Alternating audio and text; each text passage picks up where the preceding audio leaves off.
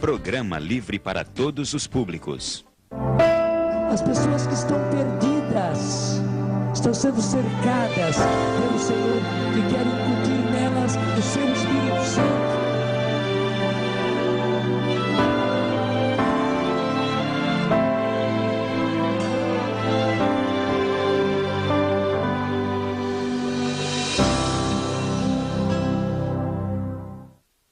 Efésios, capítulo 6, versículo 10 em diante. O combate da fé.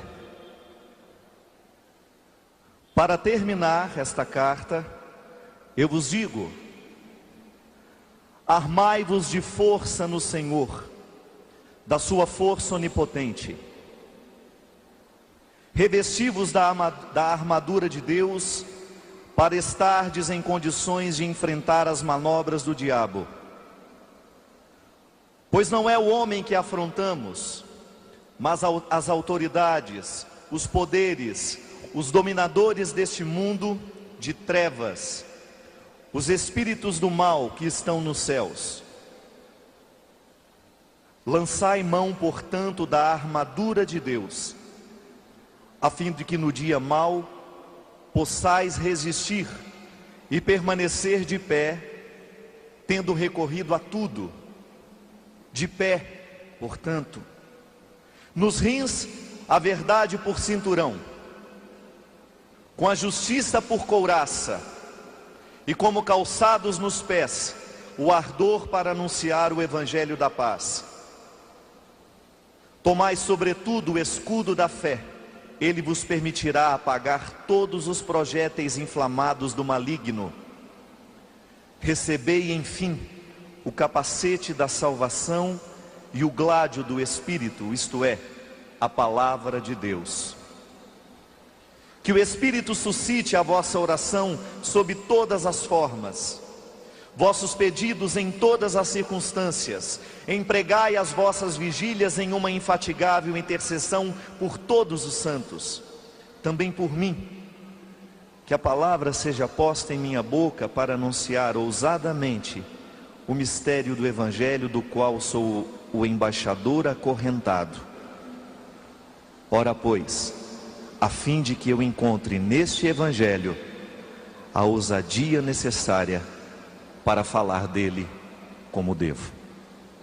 Palavra do Senhor. Glória a essa palavra maravilhosa.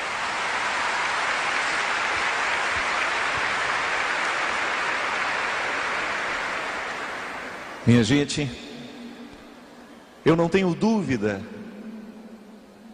de que o que nos traz a este rincão neste fim de semana é a nossa fé. O contexto da fé é um contexto muito rico, porque fé está diretamente associado à existência. Nós fazemos a experiência da fé nas pequenas coisas. Você hoje tomou café da manhã num lugar desconhecido, um café preparado por pessoas que você não conhece. E qual é a garantia de que aquele café não estava envenenado?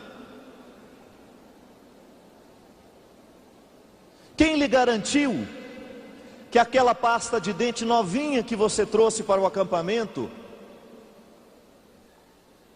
não está cheia de um ácido corrosivo que vai destruir as suas gengivas? Isso é experiência de fé. Fé do dia a dia. Essa que não nos deixa enlouquecer. Você sabe que o neurótico é aquele que perdeu a fé nas coisas, né? Ele tem medo de tudo, de todos. A vida se oferece o tempo todo como uma experiência de perigo. O neurótico é assim. Às vezes eu tenho umas neuroses, eu tenho medo de pegar doença. O povo fica pegando na minha mão e fica: oh meu Deus, será que ele está gripado? Depois eu sou incapaz de levar aquela mão no olho, porque pode ser que ele esteja com conjuntivite. Uma conjuntivite incubada. Ainda bem que eu não encontrei aquele embaixador da África, senão eu ia estar apavorado. Fiquei pensando no desespero daquelas 75 pessoas que estiveram com ele. Um vírus que a gente não sabe nem o nome. A neurose entra dentro de nós justamente para nos limitar diante da vida. Pode observar, o neurótico, ele é sempre limitado. Ele deixa de fazer muitas coisas na vida por causa das neuroses que tem. O medo paralisa. O medo, que já virou doença e por isso é neurose, já o impede de ter experiências fantásticas pela vida fora, porque ele está sempre preocupado com alguma coisa. A psicologia nos ensina que a neurose é um medo acentuado, é um medo que virou doença. Se nós estivéssemos com neurose de viajar, eu não vou não, pode acontecer um acidente comigo na estrada, meu avião pode cair, eu não vou lá não, Deus que me livre, tem que passar numa ponte, e se aquela ponte cai? Veja bem, que se você chegou aqui, é porque você faz experiências miúdas de fé. Você não coloca em questão o fato de que você vai dormir numa cama que não é a sua. Você não coloca em questão a possibilidade de um acidente. Não, você vem na experiência de fé. A fé é como se fosse uma experiência, é como se fosse uma realidade que nos retira a possibilidade do medo imperar sobre nós. Fé não combina com medo. A fé nos coloca na observância, claro. Eu tenho o bom senso de saber o que é perigoso, mas eu lido com aquilo que é perigoso sem medo.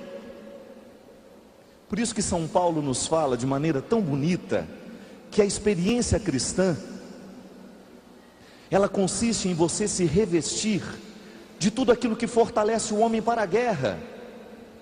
Calce os seus pés, para que você tenha a possibilidade de andar em lugares pedregosos, para que os espinhos da estrada não venham estragar os seus pés. Revista a sua cabeça de um capacete, para que, se por acaso, abrindo espaço para os incidentes da vida, você não venha sofrer uma fatalidade porque estava descuidado. Revista-se da couraça, da justiça, amarre. Você sabe muito bem que essa palavra de Paulo, quando ele diz amarre nos seus rins a verdade, é porque os judeus carregavam amarrados na cintura pequenos trechos da Sagrada Escritura. O rim é o lugar que filtra tudo aquilo que a gente bebe, é o lugar que nos purifica. Por isso o significado bonito de amarrar ao órgão que nos purifica a palavra que vai realizar outras formas de purificação em nós.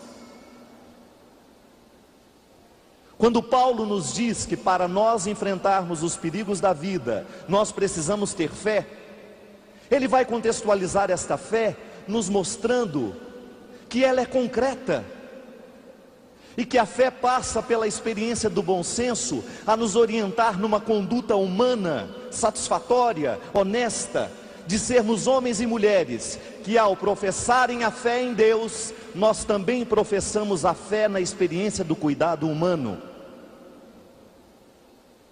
Revista-se de uma couraça que lhe proteja, é o convite de Paulo. Não esqueça de colocar os sapatos adequados para você fazer a aventura que você quer fazer.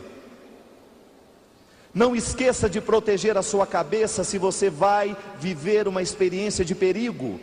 Veja como é bonito, gente. A fé é uma experiência humana que nos traz a experiência do bom senso. Acreditar em Deus não é viver absurdos, não. A experiência de crer em Deus nos remete diretamente à experiência de termos o cuidado com a experiência humana o tempo todo. É tão interessante você fazer a experiência da purificação pela palavra. A palavra pode bem-aventurar, ela bendiz. Uma palavra bendita tem o poder de nos purificar, de fazer jogar fora os nossos excessos. É quando você está diante de um texto bonito, diante de uma poesia, diante de uma música, e você tem aquela clara certeza e sensação de que aquela palavra está ocupando todos os espaços da sua alma, de forma que não há lugar para a amargura. Uma palavra bendita, uma palavra tocada pela leveza, pela inspiração poética, ela tem o poder de expulsar as maldições. Quantas palavras malditas entram nos nossos ouvidos? Quantas palavras imbecis, idiotas, arrogantes, tomam conta da nossa alma e nos preenchem com coisas ruins? E movido pela experiência de crer, você se reveste de tudo aquilo que tem que ser a força do cristão nos dias de hoje. Nós não estamos falando de uma religião sem compromissos, não. Nós estamos falando que a experiência de crer em Deus nos remete diretamente à responsabilidade humana de cuidar desta fé dentro de nós, a partir da experiência do bom senso.